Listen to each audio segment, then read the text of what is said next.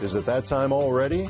Election fever starts up as local politicians jockey for position or opt out. Lots of political intrigue in Chula Vista as lawsuits challenge the seating of 2 members of the city council.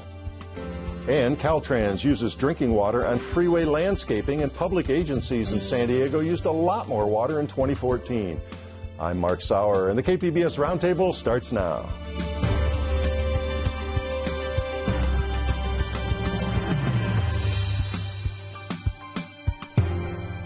Welcome to our discussion of the week's top stories. I'm Mark Sauer. And joining me at the KPBS Roundtable today are Michael Smolens, politics editor at UT San Diego. Hi, Michael. Mark, good to be here. Good to see you back again. Reporter Robert Marino of the Star News in Chula Vista. Hi, Robert. Hi, thanks for having me, Mark. You bet. Good to see you. And reporter Morgan Cook of the Watchdog team at UT San Diego. Hi, Morgan. Hi. Thanks for having me. Good to have you here today. Well, the next election is 18 months away, yet money and elbows are already being thrown about as local candidates and parties jockey for position in 2016. Some big names in San Diego politics have announced their intentions, and significant lines have been drawn in the sand, at least among Republicans. Michael, let's start with the political landscape here. We'd like to see any big changes. A Republican city council here, or maybe an incumbent in Congress loses? I don't think either, but you're going to see interesting races. The one congressional district that's always up for grabs is the 52nd with Scott Peters. That's a swing district. It's one of the ones that's always on both the Democrat and Republicans' national target list. A lot of money comes in. A lot of money comes in. He defeated Brian Bilberry, the incumbent Republican, back in 2012 and held on in a tough race against Carl DeMaio last year. Peters did. And he'll have a tough race this year. Yeah, DeMaio, you mentioned DeMaio. He's lost for mayor. He's lost for that race, as you know. And now he's a talk show host. And now he's a talk show host. He's also doing more. He's going to be pushing the statewide pension reform initiative, which he successfully did in San Diego. So we'll see how that goes. They've had trouble getting the statewide legs going on that, but this one might do it. All right. Seems to be a big change in Councilman Todd Gloria's plans. What's he going to be doing now? Well, he's running for the state assembly. He's going to go after Toni Atkins' seat. She's currently the speaker, and she's termed out next year. From San Diego as well. From San Diego as well, excuse me. And it's a very Democratic district. He looks like the odds-on favorite because there was another a Democratic candidate that was kind of a favorite of the party, a young woman named Sarah Boot, who ran for city council. She bowed out as soon as Gloria went in. The intriguing thing was that a lot of people thought he might run for mayor against Kevin Faulconer. That tells us a couple things, that Todd Gloria is looking towards the future, and it's not, at least in the immediate future, in the mayor's office. Kevin Faulconer, who's a Republican in a very Democratic city, is looking pretty strong right now. Yeah, we're going to get to more of that in a second, but we do have a clip here from Todd Gloria. Let's see what he says about running for Atkins' seat. My priority is always on trying to help more families to make ends meet, and whether it was championing an increase in the minimum wage, pushing forward with transportation options to allow more people to get from A to B in whatever way they want, protecting our environment. These are the issues I'll champion in Sacramento if given the opportunity. All right, well, he certainly has the politician battered down now. Is he just making the best of it? Would he rather be mayor? Or? I don't know. I think at one point he might have, but he's also, like most politicians, a realist and realized that that's not going to happen. In a perfect world, if it were on a platter, sure, he'd probably want to be mayor. But also, I think he sees opportunity up there. I mean, San Diego's delegation in Sacramento has gone in cycles. Sometimes they've had prominent members. Other times it's been sort of a backwater and they're not really known. Right now you've got Toni Atkins, the Assembly Speaker, and you've got Lorena Gonzalez, who is making national news. She's just got been a magnet for attention for the kind of issues she pursues. So I think people like Todd Gloria realizing, hey, I can really make a splash up there and get certain things done, as they seem to be doing. Now, too early to look at that Democratic side against Faulconer for mayor, as you say. He's done pretty well. It's never too early, Mark. It's never too early. That's what we're doing here today. All right, so Atkins and maybe, as you say, Lorena Gonzalez. I don't really see anybody right now. I mean, Mr. Alvarez, the councilman. Those names have always come up. Last time around. Yeah, Alvarez did not come up, and he's been, kind of stepping up his criticism of Faulconer, so that could be. Some people have speculated Toni Atkins. She just has not given any sign, really, of doing that.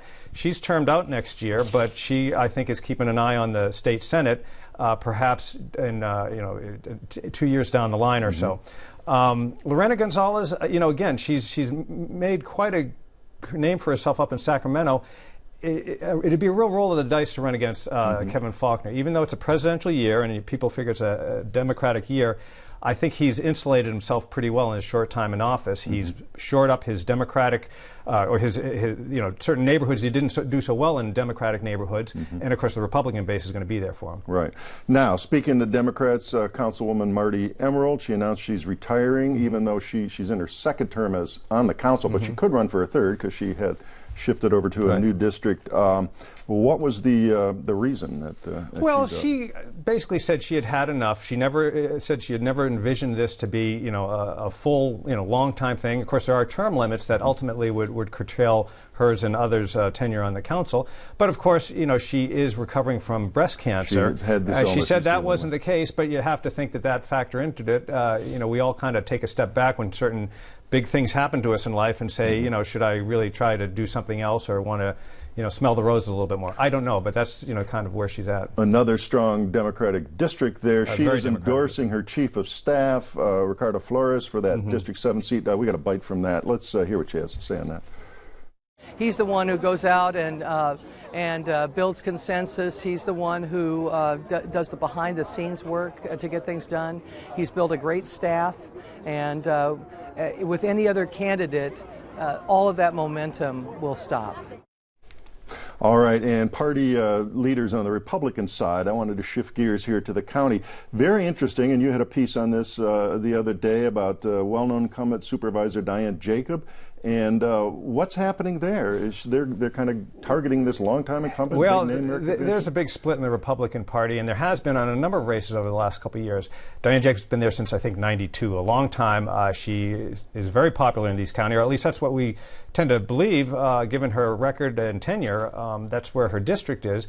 But State Senator Joel Anderson, who hails from East County, is making a real aggressive run, and he's actually, he's got the party support. They've already endorsed him, and he's got a lot of party officials and elected officials lined up. In fact, just the other night, on Thursday night, he had a fundraiser was hosted by a couple of developers in East County, and it was a who's who's of Republican politicos in East County, also including State Assemblyman Rocky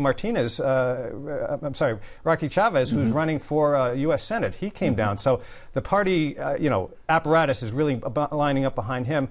But on the other hand, Diane Jacobs got a lot of roots in that area, and also a lot of the establishment is behind her. That's going to be an interesting infight, and we're going to get to that Senate race in a moment here. But one last question I wanted to ask about that.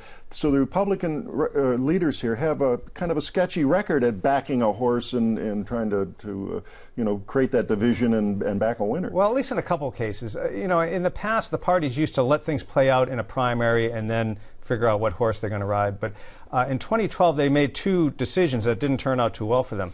They endorsed Carl DeMaio for mayor over Nathan Fletcher, who then ran as an independent, and that didn't work out. As we know, DeMaio lost to Bob Filner. Now, I think most polls suggested very strongly that Nathan Fletcher probably would have won that race, so they would have had a Republican.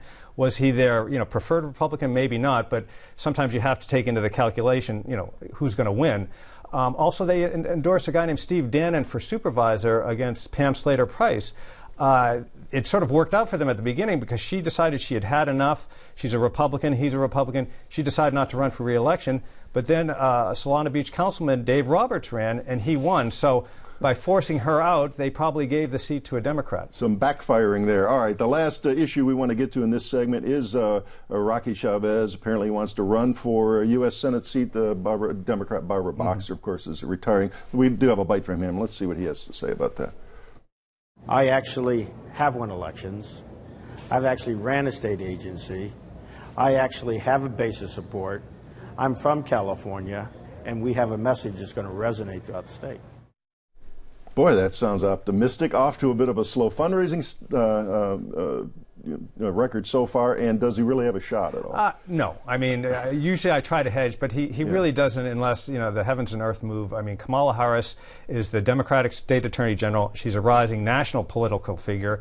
She's got, millions of dollars in the bank. He's, was last we looked around 10 or 12,000. But You know, Rocky Chavez is an interesting guy. He's a former Marine colonel, retired Marine colonel. I guess you're never formally a Marine. He did run the state veteran agency for a while, and he's run a charter school. He created a charter school.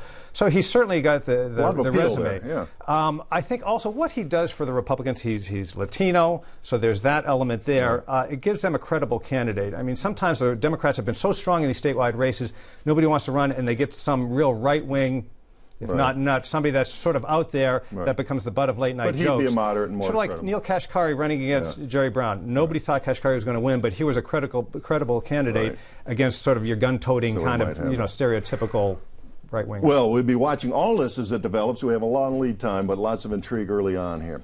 So when it comes to political intrigue, San Diego has no corner on the market. Political turmoil has bubbled on and off in Chula Vista, especially since last November's election. Take, for instance, Councilman Steve Meissen. A lawsuit says he was appointed illegally and should be removed from office. Robert, let's start there. Tell us about this newly appointed councilman. Who is he? Yeah, Councilman Steve Meissen. He is the division manager for Public Services, which is the city's largest contractor.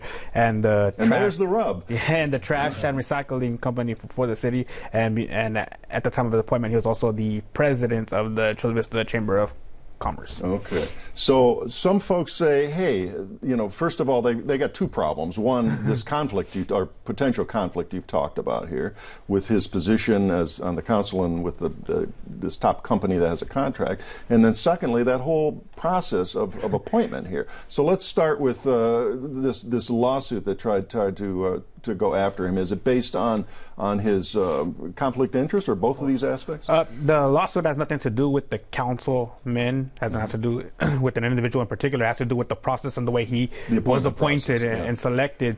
The person who filed the lawsuit, Chris Schilling, who's the chairman of the Board of Ethics, alleges that the city violated the Brown Act in the appointment process by having essentially a serial meeting. They submitted names. The council members submitted their nominations to the city clerk as to who they want to interview, and that wasn't made public. So he's saying that wasn't closed. Yeah, and I wanted to get into the weeds a little bit on this. Councilwoman Pat Aguilar, she defended the city's appointment process, but she did agree with Schilling on one thing, and that was, tell us about that. That was what you just alluded to. Well, the way the lawsuit started off was with Mr. Schilling had a records request denied. He actually submitted a records request asking for there were 44 applicants who had applied for the position. And these come from the council members, and the mayor have the opportunity to put forth nominees for this vacancy, right? Well, they put forth nominees as to who they want to interview. Okay. And so from 44, it got whittled down to 8 candidates, and from there, then they interview and select who they want as Mr. Meissen in this case to fill this vacancy. Yes. But what happened? Yeah. What's the beef Schilling has then? With that? The beef that Schilling had with his records request being denied was that he wanted to know who did each council member and mayor nominated for the 8, and the city attorney said, well, and their records request, they denied it, saying that it was part of the deliberative process, and that wasn't, if you ask the council members or the mayor, they have the authority to tell you, but they don't have to. And so he wanted to know who each council member, who they put forth. Yeah, put forth. He felt it was kind of a hidden and a secret. Michael, I wanted to ask you, you've followed politics here a long time, and the Brown Act, shouldn't this be apparent who these folks are nominating? Yeah, I'm thinking back to the San Diego City Council filled a vacancy with Councilman Ed Harris, who he agreed, and I think others agreed, to not run for re-election if they were appointed, and it was a very public process that people could apply. There didn't seem to be this sort of serial aspect. They did have a winnowing thing, but I remember actually that the meeting was torturous. It was so long to get through all this, so it was very public, almost like I said, in a painful way. But let me ask you, Robert, okay, this is all going on. Is it having a real impact or not on the city's business? I know that sometimes these controversies, Mayor Filner's situation was extreme, where the city of San Diego's business really ground to a halt. Is business still conducting in the normal way there? That's an interesting question, because there have been city council meetings, but there also have been several canceled city council meetings, and I don't know if that's tied into that or what the reasons are. And also, Mr. Meissen can vote.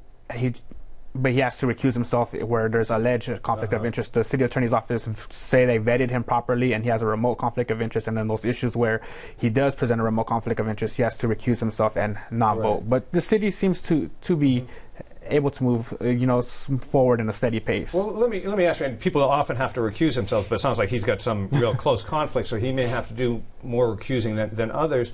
But how about votes that he can take? Is there any threat that if the opponents win in court, that do those votes still count? Will they have to redo the kinds of issues?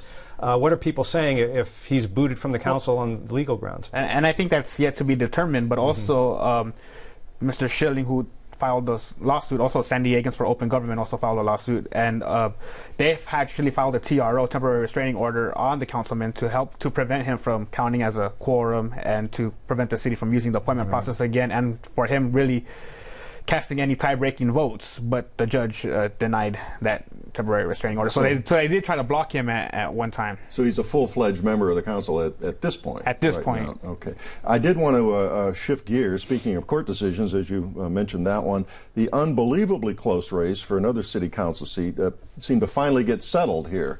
And this, of course, dates back to November. Tell us about the race between John McCann and the eventual winner, and Steve Padilla. Yeah, on election night, John McCann had close to 600 vote lead that dwindled down to 44, 12, and then 2. And just 2. 2. And he was sworn in as the councilman, but then there was a recount to count every single vote to make sure that John McCann did or didn't win, and the recount got eventually suspended, and McCann eventually had won. Then, and I guess 11th hour, on the last day, they were allowed to go to file a lawsuit. The attorney John Moot and a citizen filed a lawsuit against the Register of Voters, saying, "Hey, there are ballots in question that you didn't count. We would like you to count them." And they went through the court process, and the judge basically left the election the way it is. Okay, so they went after the registrar, said you've got to count these last remaining, which with 2 votes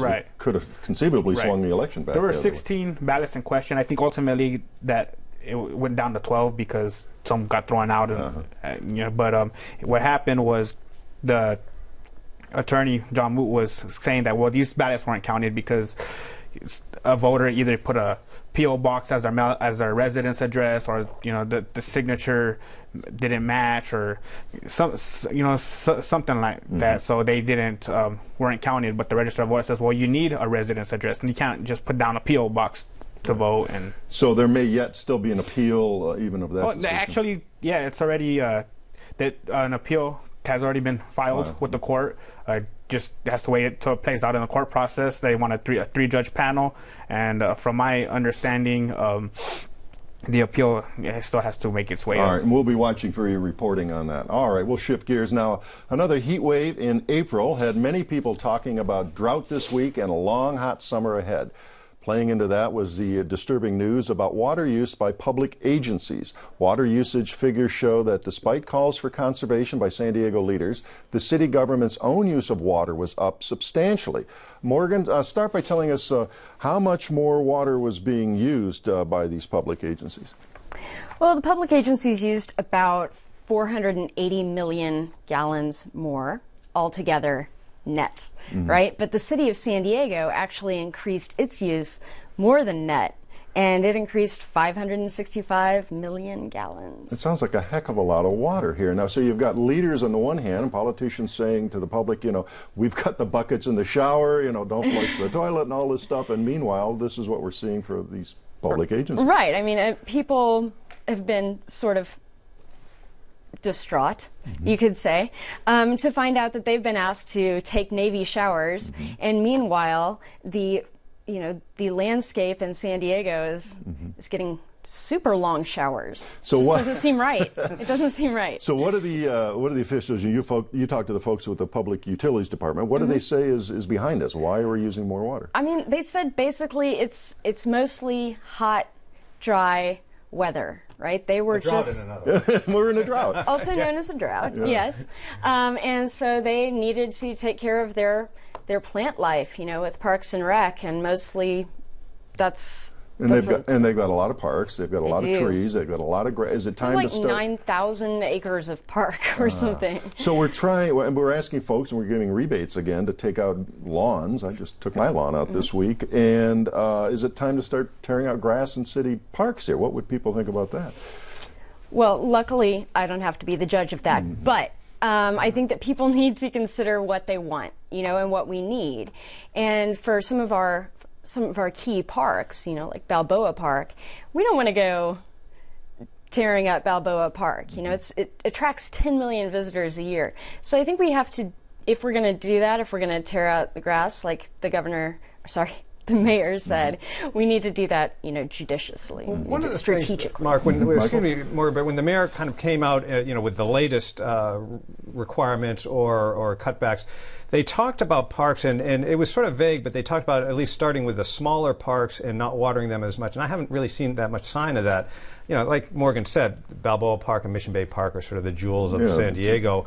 Although why they aren't using recycled water is a whole other issue. We'll get into that in a moment, but still, people to this day are seeing medians watered, and that sort of lends to the frustration while we all try to cut back. I'm sure there's good explanations, but the visuals aren't good for the... No, they're not, and I do want to get into that in a moment. But one last question here while we're talking about city use of water. The city itself used more, and there's kind of an ironic reason behind that. Why? Okay, well, one of the smaller reasons after landscaping was the big deal, but after that, I guess they need to use water to treat water. So they need to use water to produce water. And the reason is that they take the water and they mix it in with the chemicals and they kind of dilute the chemicals and get it all to the right balance. And then they've technically used that water. But what they really do is clean it up and sell it again. So it's not consumed, it is used. It is used, so that gets a little complicated it does. And tricky there. Yeah. It takes money to make money. Yeah, now one question I want to throw out to everyone here is, were city leaders and state leaders slow in this 4-year drought to really start making this call for conservation to begin with? We haven't heard a whole lot about it until just lately when the governor and the city leaders have clamped down and we got fines and some teeth in it, etc. Well, on the political side, I understand. I mean, the governor, let's remember, the governor last year came out and said a 20% voluntary cut, and the state, San Diego, everybody did very poorly. I think in a lot of cases, water increased usage. It's difficult, and I understand the politics that people have to go a little more slowly to get people used to this idea.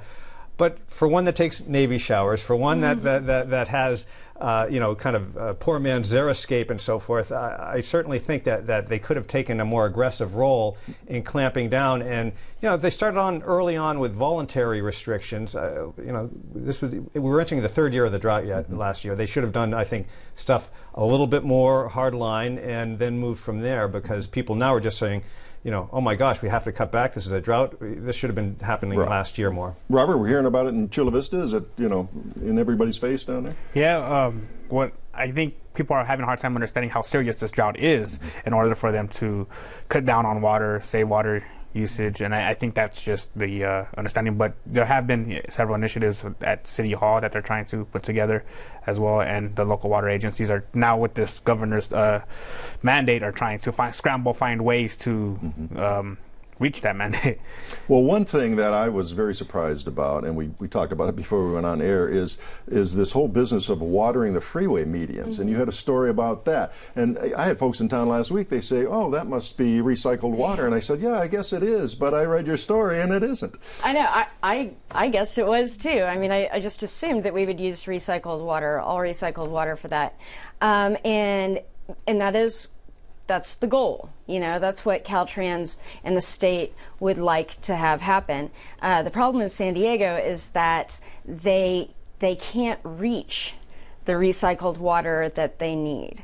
It's not that there isn't enough or can't be enough. It's just that they can't get to it because they can't get it to the median where they want to water the embankment. Exactly, and so they use drinking water because potable water for that. Well, what's the reason? I mean, didn't the state and the city long ago, decades ago, say we're going to use recycled water for these areas whenever possible, as soon as possible, right? I mean, it was 30 years ago. Right, and so the northern part of the city, where much irrigation needs to happen, has has significant purple pipe in it. It has about 90 miles of purple pipe. So they've done pretty well. In the northern part of the city, yes. But when you get into where it gets developed, right, south of the 52, and things start to get dense and very urban, then you start talking about major expense because you have to tear everything up and put the pipes in. Because the thing about recycled water is it can't go in the regular water pipes. No, there can be no mixing. So that you have to get its own system. And it just gets really expensive and logistically. Well, we have a few seconds left. Some of this reclaimed water is just being treated and pumped out to sea at this point? Yes. But it's not being treated to the level of recycled water. It's being treated to the minimal dump it in the ocean treatment level. Okay. But then they just put it back in the sewer system, and where it gets all dirty again, and then it goes to Point Loma, and then it gets treated again and sent to the ocean. Well, we'll be watching for your reporting on this. I'm sure there's many more stories to be done on that. Well, that does wrap up another week of stories at the KPBS Roundtable. I'd like to thank my guests, Michael Smolens of UT San Diego, Robert Marino of the Star News in Chula Vista, and Morgan Cook, also with UT San Diego. Thanks. A reminder, all of the stories we discussed today are available on our website, kpbs.org. I'm Mark Sauer. Thanks for joining us today on the Roundtable.